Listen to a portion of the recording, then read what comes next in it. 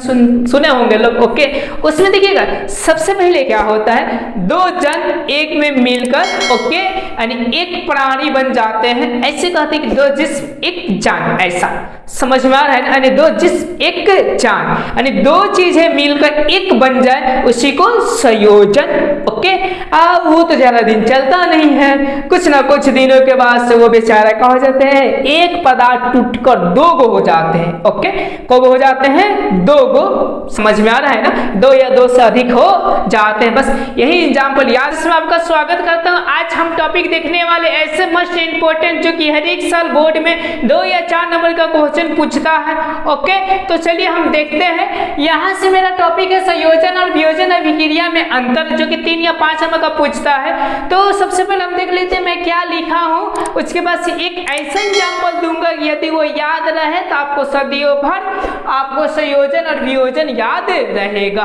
Okay, तो चलिए देखिए यहां से, तो संयोजन अभिक्रिया और वियोजन अभिक्रिया, देखिए दो या दो से अधिक पदार्थ मिलकर एक नए पदार्थ बनाए, एक क्या करे, नए पदार्थ बनाए, और एक नए पदार्थ टूटकर दो या दो से अधिक पदार्थ बनाए। ओके, तो एग्जाम्पल दो जिससे नाम सुने होंगे लोग। ओके, उसमें देखिएगा सबसे पहले क्या होता है, दो जन एक में मिलकर ओके यानी एक प्राणी बन जाते हैं। ऐसे कहते हैं कि दो जिस्म एक जान, ऐसा समझ में आ रहा है ना, यानी दो जिस्म एक जान, यानी दो चीजें मिलकर एक बन जाए उसी को संयोजन। ओके, अब वो तो ज्यादा दिन चलता नहीं है, कुछ ना कुछ दिनों के बाद से वो बेचारा क्या हो जाते हैं, एक पदार्थ टूटकर दो गो हो जाते हैं। ओके, कब हो जाते हैं, दो गो, समझ में आ रहा है ना, दो या दो से अधिक हो जाते हैं। बस यही एग्जाम्पल याद रखें, क्योंकि आपके भी लाइफ में ये घटना घटी हुई होगी ही।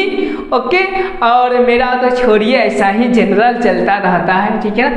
मेरे ख्याल से आपको समझ में आ रहा है, यही चीज है संयोजन और क्या जी, वियोजन, समझे। तो यही बात लिखे, जैसे देखिए संयोजन ओके यानी जुट जाना।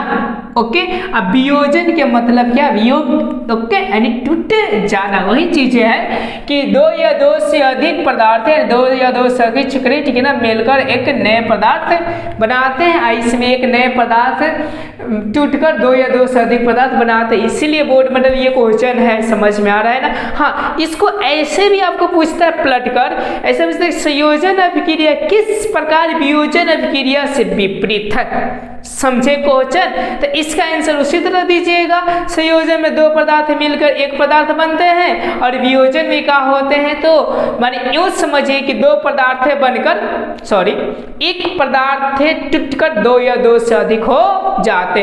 चलिए हमें एग्जाम्पल के तौर पर हम समझ लेते हैं कि एग्जाम्पल के तौर पे क्या होंगे, जैसे कि CaSO ओके और ये का CO2 यानी calcium oxide plus carbon dioxide मिलकर क्या होता है, CaCO3 यानी कैल्शियम कार्बोनेट बनाते हैं, जो कि बहुत इंपॉर्टेंट है, लेकिन ये बेचारा जल्दी ज़्यादा दिन जाता होता नहीं। अब यही एक पदार्थ आपके होकर ओके ये कितने पदार्थों में बढ़ जाते हैं, दो या दो से अधिक में बढ़ जाते हैं, जैसे CaO प्लस CO2।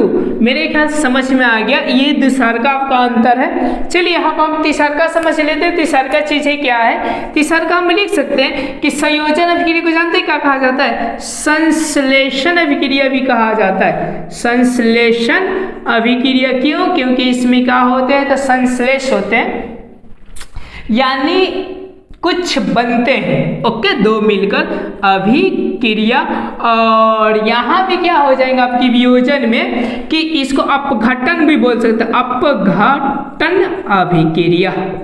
ओके, तो मेरे ख्याल से आपको समझ में आ गया होगा कि संयोजन और वियोजन अभिक्रिया में क्या क्या अंतर है। यदि इसकी शॉर्ट लेना है तो आप ले लीजिए, लेकिन कंसेप्ट आप लोग याद रखिएगा तो मेरे ख्याल से बहुत दिनों तक चलेगा। चलिए मेरे ख्याल से समझ गए, तो नेक्स्ट वीडियो में